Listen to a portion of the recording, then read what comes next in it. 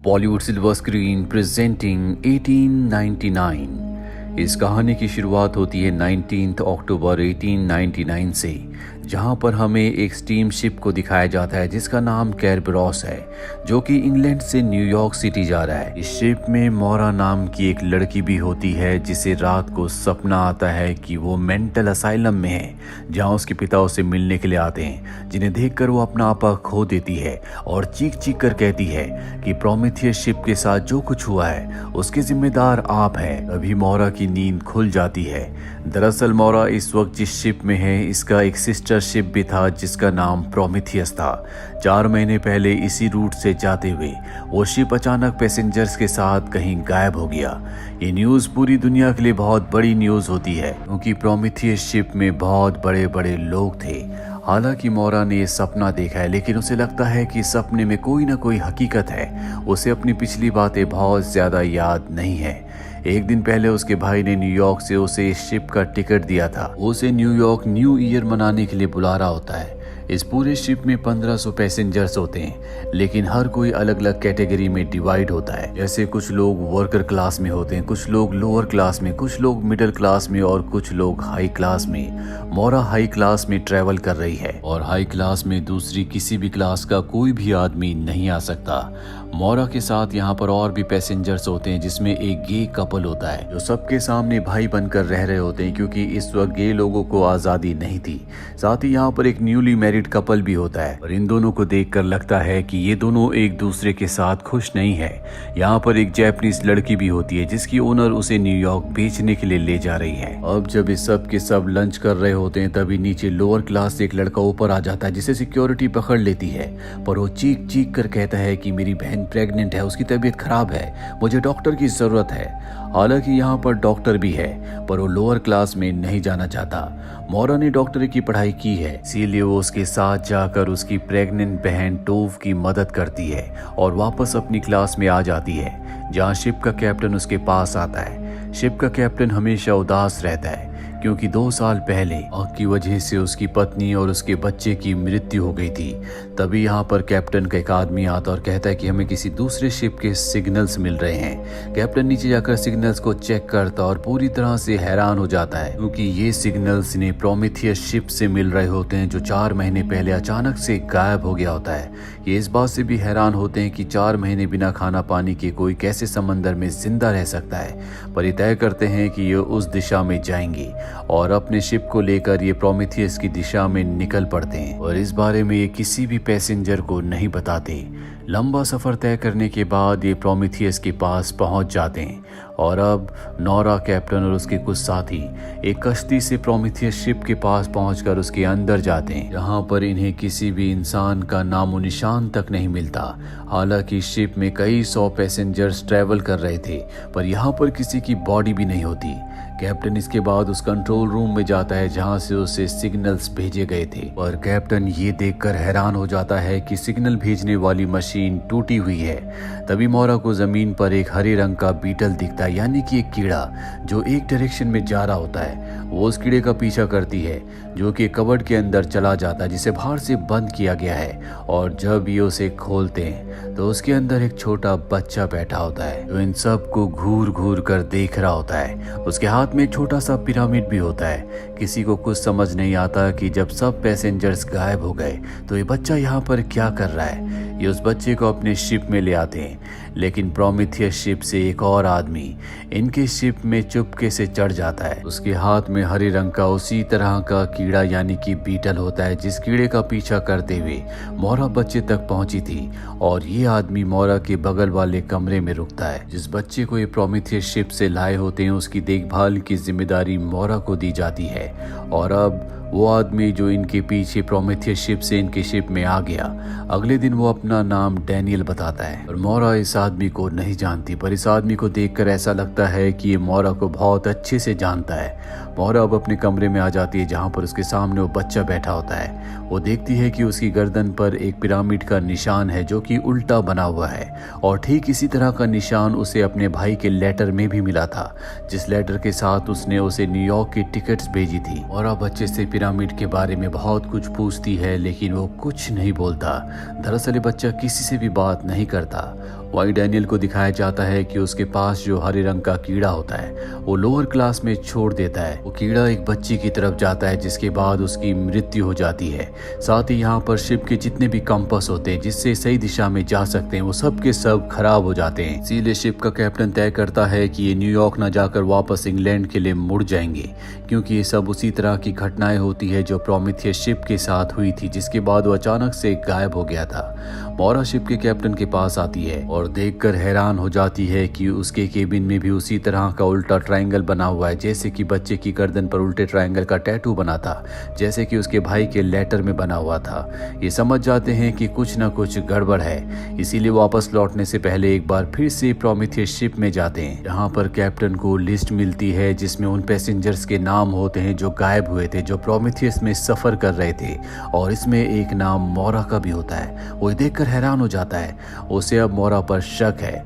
उसे लगता है कि मोरा उससे कुछ छुपा रही है, और अगर वो प्रोमेथियस शिप में 4 महीने पहले निकली थी तो वो जिंदा कैसे बच गई और क्यों वो दोबारा इसी सफर में आई है। तो कैप्टन मोरा को इस बारे में कुछ नहीं बताता और ये दोनों की दोनों वापस शिप में आ जाते हैं, जहां कैप्टन को पता चलता है कि लोअर और मिडिल क्लास के लोगों ने शिप को वापस ले जाने के खिलाफ विद्रोह कर दिया है, क्योंकि इन सब ने इस सफर के लिए बहुत पैसे खर्च किए होते हैं जो उन्होंने बहुत मेहनत से इकट्ठे किए थे। साथ ही लोअर क्लास की एक लड़की की मृत्यु हो चुकी है, इसीलिए वो गुस्से में होते हैं। वो कहते हैं कि जिस बच्चे को तुम प्रोमेथियस शिप से लेकर आए हो वो एक श्रापित बच्चा है, उसे पानी में फेंक देना चाहिए।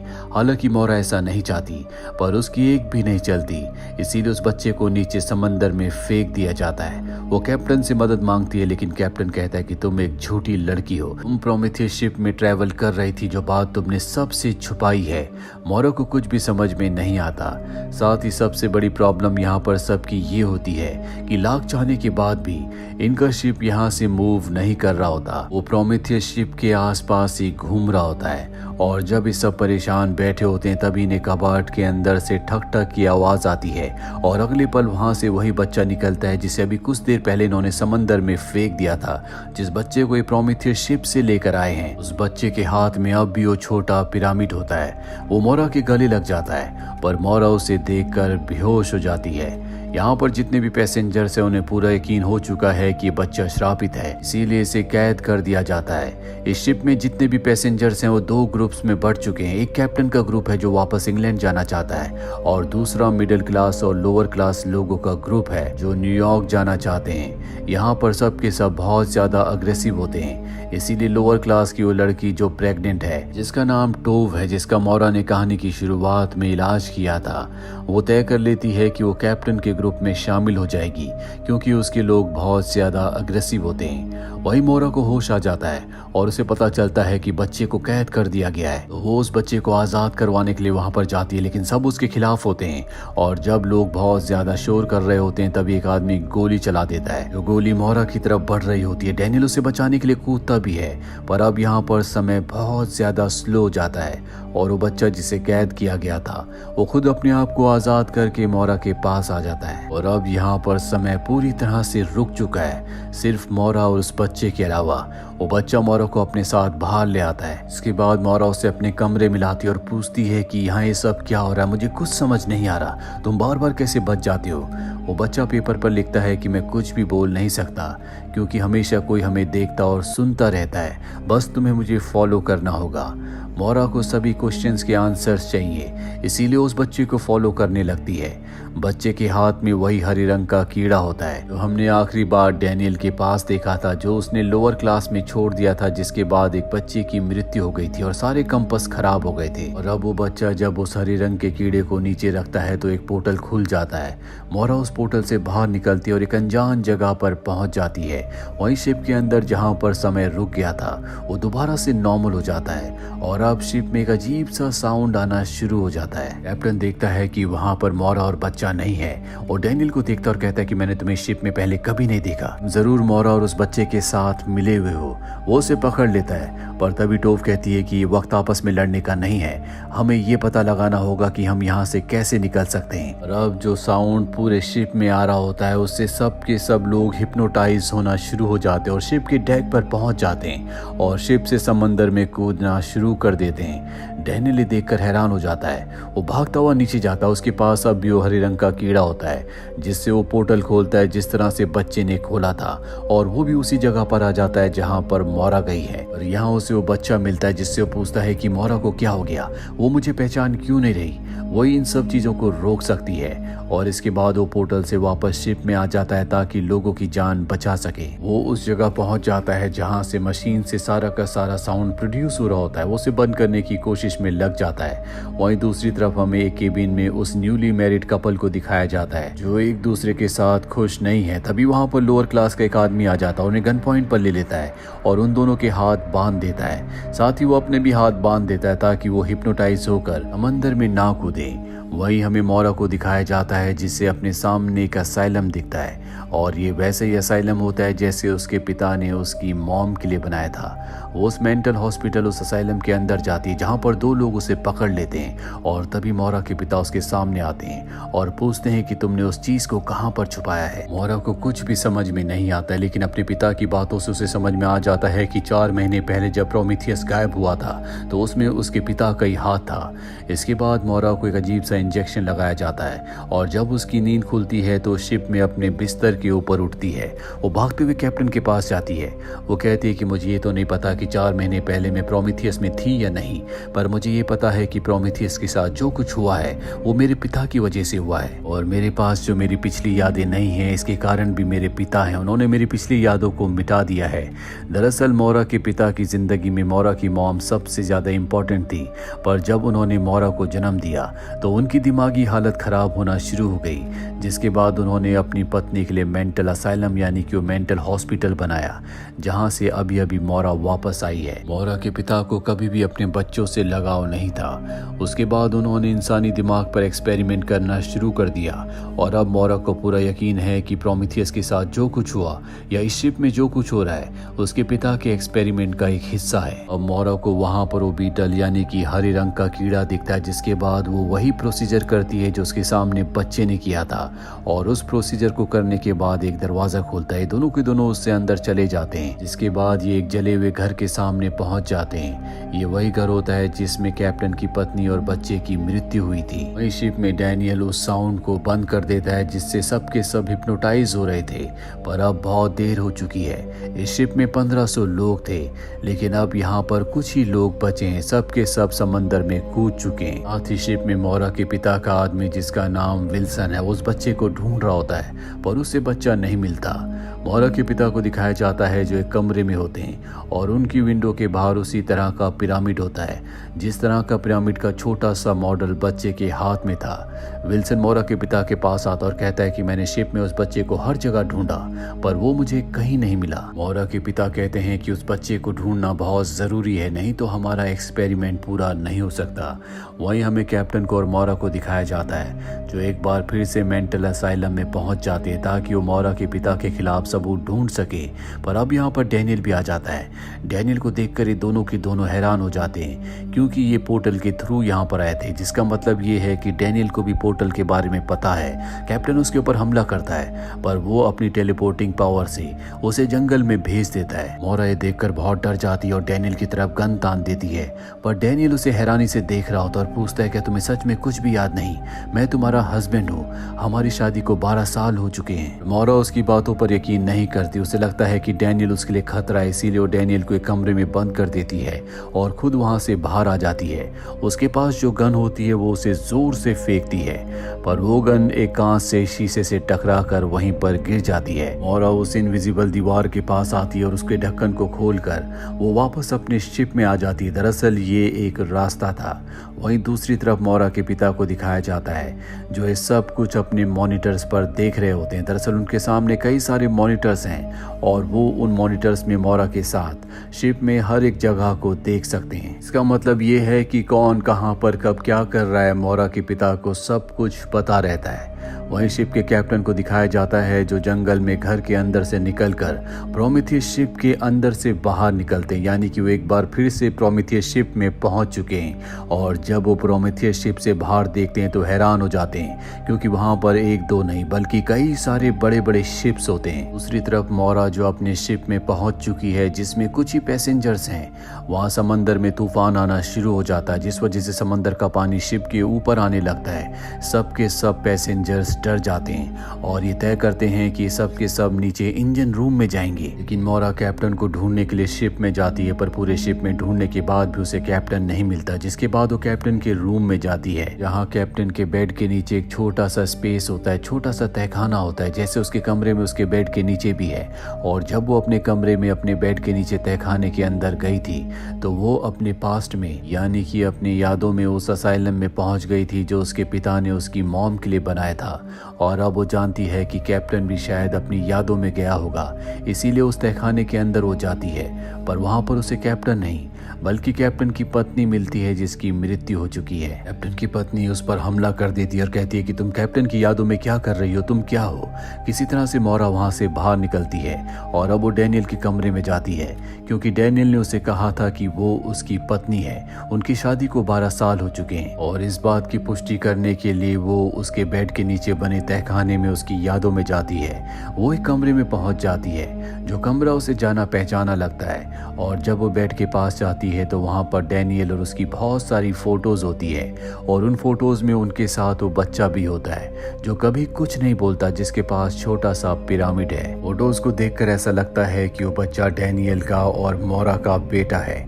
वहीं दूसरी तरफ डैनियल को दिखाया जाता है जो मोरा की यादों में होता है। वो उसकी यादों से निकलकर एक कब्र के पास जाता है जिसके नीचे वो बच्चा छुपा हुआ होता है। डैनियल कहता है कि तुम्हें अपनी जान बचानी होगी क्योंकि मोरा के पिता तुम्हें ढूंढ रहे हैं। वो बच्चा कहता है कि तुम मेरी चिंता मत करो, मैं यहाँ पर सुरक्षित हूँ, और डैनियल को एक रिंग देता और कहता है कि ये मोरा को दे देना। दरअसल ये डैनियल और मोरा का ही बेटा है। इसके बाद डैनियल यहाँ से निकलकर वापस शिप में आ जाता है। उसे पता होता है कि मोरा हो ना हो उसकी यादों में गई होगी, और जब वो अपने बेड के नीचे अपने तहखाने में जाता है जहाँ पर उसकी यादें हैं तो वहाँ पर मोरा उससे मिल जाती है। मोरा को यकीन हो चुका है कि डैनियल उसका पति है। डैनियल मोरा को बताता है कि यहाँ पर जो कुछ भी हो रहा है वो आंखों का भ्रम है, ये एक तरह का गेम है जिसे हमें पूरा करना होगा, और अगर हमने इसे पूरा नहीं किया तो ये दोबारा से शुरू हो जाएगा, और इस गेम को जीतने के लिए हमें उस चाबी की जरूरत है जिस चाबी को तुमने छुपाया था। उस चाबी से हमें हमारे बेटे के पास वाले पिरामिड को खोलना होगा, जिससे हम इस गेम को जीत जाएंगे और सब कुछ खत्म हो जाएगा। मोरा कहती है कि मुझे चाबी के बारे में तो नहीं पता, लेकिन जो लेटर मेरे भाई ने मुझे भेजा था जिसमें टिकट्स भी थी, उसमें एक चाबी थी जिसे मैंने अपने पेंडेंट में फिक्स कर दिया, और वो पेंडेंट अब भी उसके पास होता है। और मोरा को यहाँ पर यह भी याद आता है कि उसके पिता जिस चीज के बारे में उससे मेंटल असाइलम में पूछ रहे थे वो यही चाबी थी। वहीं मोरा के पिता को दिखाया जाता है जिनके पास उनका आदमी आता है, जिनके पास मोरा का बेटा भी होता है, यानी कि मोरा के पिता के पास अब मोरा का बेटा भी है। और अब मोरा के पिता अनाउंस करते हैं, जल्दी से उस की को लेकर मेरे पास आ जाओ, नहीं तो मैं तुम्हारे बेटे को मार दूंगा। मोरा के बेटे के पास यहाँ पर वो छोटा पिरामिड होता है जो मोरा के पिता उससे ले लेते हैं, और अब वो उस पिरामिड को ऊपर से खोलते हैं। उसके अंदर एक की होल होता है, इसकी की मोरा के पास है। मोरा जिस शिप में होती है वो एक तूफान में फंसा हुआ है, और वो पानी के बवंडर से होता हुआ एक शांत समंदर में पहुंच जाता है जहां पर बहुत सारे शिप होते हैं। ये वही जगह होती है जहां पर प्रोमेथियस और बहुत सारे और दूसरे शिप हैं, और कैप्टन भी यहाँ प्रोमेथियस के ही अंदर है। इसके बाद वो भी इन्हीं के शिप में आ जाता है। अब हमें मोरा की कुछ पास्ट मेमोरीज को दिखाया जाता है जिसमें उसका बेटा उसके साथ होता है। उसके पास एक हरे रंग का कीड़ा यानी कि बीटल होता है। मोरा कहती है कि अगर तुम बीटल को सुरक्षित रखना चाहते हो तुम्हें इसे आज़ाद करना होगा, और तभी यहाँ पर मोरा के बेटे की नींद खुल जाती। वो अब भी अपने ग्रैंडफादर के साथ होता है। वो उस बच्चे को बताते हैं कि हम सब यहाँ पर फंसे हुए हैं और इसका कारण मैं नहीं बल्कि तुम्हारी मॉम है। यहाँ पर जितने भी लोग हैं वो सब अपनी मर्जी से हैं। उनके पास उनकी बुरी दर्द भरी यादें थी और उन्हीं को भुलाना चाहते थे। लेकिन हम चाहे कितनी भी कोशिश कर लें, हमारी बुरी और दर्दनाक यादों का एक हिस्सा हमेशा हमारे साथ रह जाता है और ऐसे ही यहाँ पर सबके साथ हो रहा है। इसके बाद वो अपने ग्रैंडसन को एक कमरे में ले जाता है जहाँ पर उसके पास 2 इंजेक्शन होते हैं, एक वाइट और एक ब्लैक। ब्लैक से यादें मिट जाती हैं और वाइट से पुरानी यादें आ जाती है। वो अपने ग्रैंडसन को वाइट इंजेक्शन लगाता है। इसके बाद हम उसकी यादों में देखते हैं कि उसे एक बहुत भयानक बीमारी हो गई थी। मोरा उससे बहुत प्यार करती है, इसीलिए वो उसे खोना नहीं चाहती थी। इसीलिए वो उसे एक सिमुलेशन में भेजना चाहती है, यानी कि ऐसी यादों की दुनिया में जो असली नहीं होगी, लेकिन जो भी उस दुनिया में होगा उसे ऐसा लगेगा कि यही उसकी असली दुनिया है। और ये वही दुनिया होती है जहाँ पर ये सब के सब शिप में है। यहाँ पर शिप में जितने भी पैसेंजर्स होते हैं वो अपनी दुनिया में, अपनी ज़िंदगी में कहीं ना कहीं दुखी थे, इसीलिए सब ने यहाँ पर इस दुनिया को चुना। यानी कि असली ज़िंदगी में, इंसानों की ज़िंदगी में उनका शरीर कहीं पर है और उनका दिमाग यहाँ इस वर्चुअल वर्ल्ड में है। उन्हें यही लगता है कि यही उनकी असली दुनिया है, जबकि असली दुनिया कहीं और है। और इसीलिए यहाँ शिप में जितने भी लोग होते हैं उनमें से किसी को भी याद नहीं होता कि वो कब इस शिप में चढ़े थे। हालांकि मोरा के हस्बैंड डैनियल ने उसे ऐसा करने के लिए मना किया था, लेकिन मोरा ने उसे कहा था कि अगर हम ऐसा करेंगे तभी हम एक दूसरे के साथ हमेशा के लिए रह सकते हैं। इसीलिए वो अपने बेटे के साथ, अपने पति के साथ और उन सभी लोगों के साथ जो अपनी जिंदगी में परेशान थे, इस सिमुलेशन की दुनिया में आ गई होती है, जो सिर्फ एक तरह का दिमाग का धोखा है। दूसरी तरफ डैनियल को दिखाया जाता है जो अपने डिवाइस से यहाँ पर हो रहे सिमुलेशन को हैक कर देता है, जिससे यहाँ का जो भी सिमुलेशन होता है पूरी तरह से बिखरने लगता है। जिसके बाद शिप में एक ब्लैक कलर का पदार्थ आ जाता है जो शिप में फैलकर उसे तबाह करने लगता है। यहाँ पर जितने भी लोग बचे हैं वो एक दूसरे की यादों से होते हुए एक बार फिर से वापस शिप में आ जाते हैं। वहीं मोरा को पकड़ लिया जाता है, जिसके बाद मोरा को उसके पिता के पास ले जाया जाता है और मोरा एक्सेप्ट करती है कि उसी ने इस सिमुलेशन को, यानी कि इस दुनिया को बनाया है। उसके पिता उससे चाबी मांगते हैं, मोरा उन्हें चाबी दे देती है। जिसके बाद मोरा के पिता उसे ब्लैक कलर का इंजेक्शन लगाकर उसकी यादों को मिटा देते हैं। उनके पास पिरामिड की चाबी है, जिस पिरामिड के नीचे वेकअप लिखा होता है, यानी कि इस दुनिया से निकलने का ये रास्ता है। अगर इस चाबी को पिरामिड में लगाकर खोल दिया जाए तो सब असली दुनिया में उठ जाएंगे। पर जब मोरा के पिता ऐसा करते हैं तो चाबी काम नहीं करती। दरअसल डैनियल ने जब पूरे सिस्टम को हैक किया था तो उसने पिरामिड के साथ की को भी पूरी तरह से बदल दिया था, इसीलिए पिरामिड और की काम नहीं कर रहा होता। वहीं मोरा को दिखाया जाता है जिसकी आंख खुलती है और देखती है कि चारों तरफ कुछ भी नहीं है। तभी उसे क्रॉस दिखता है, यहाँ पर वो पहले भी आ चुकी है और अब उस क्रॉस के नीचे जाती है जहाँ पर उसका हस्बैंड डैनियल होता है। डैनियल उसे अब सारा सच बताता है और कहता है कि रियल वर्ल्ड में तुम्हारे भाई ने इस सिमुलेशन की दुनिया को अपने कब्जे में ले लिया है और उसी ने हम सबको यहाँ पर फंसा रखा है। और अब क्योंकि मैंने पिरामिड को और की को बदल दिया था तो वो अब भी मेरे पास है। इस वक्त हम जहाँ पर है ये वो पहला रूम है जो हमने बनाया था। और अब वो मोरा को एक बच्चों वाला पिरामिड देता है जिसकी की वही रिंग होती है जो उसके बेटे ने उसे दी थी।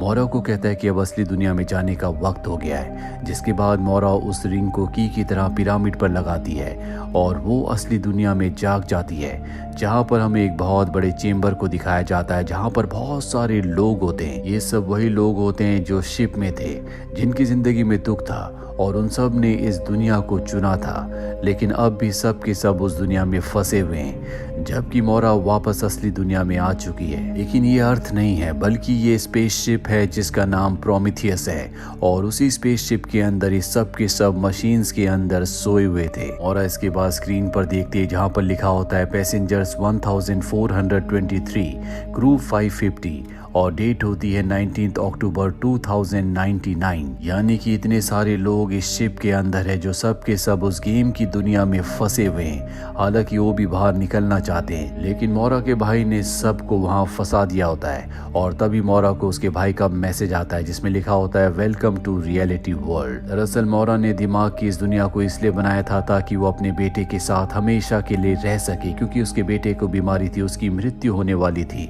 और अब मोरा जब जब उस दुनिया में जाती है तो वो उसी दुनिया में फंस जाती है, क्योंकि उसके भाई ने इस पूरी गेम को, इस दुनिया को टेक ओवर कर लिया था, जिस वजह से ये उस दुनिया से निकल नहीं पाते। बार बार इनका जो दिमाग होता है उसी चीज को दोबारा से शुरू कर देता और ये सब के सब वहां पर फंसे रह जाते हैं। पर मोरा अब असली दुनिया में आ चुकी है, जिसके बाद शायद वो बाकियों को भी असली दुनिया में वापस ले आए। और इसी के साथ ये वेब सीरीज यहीं पर खत्म हो जाती है। उम्मीद करते हैं कि ये कहानी आपको पसंद आई होगी।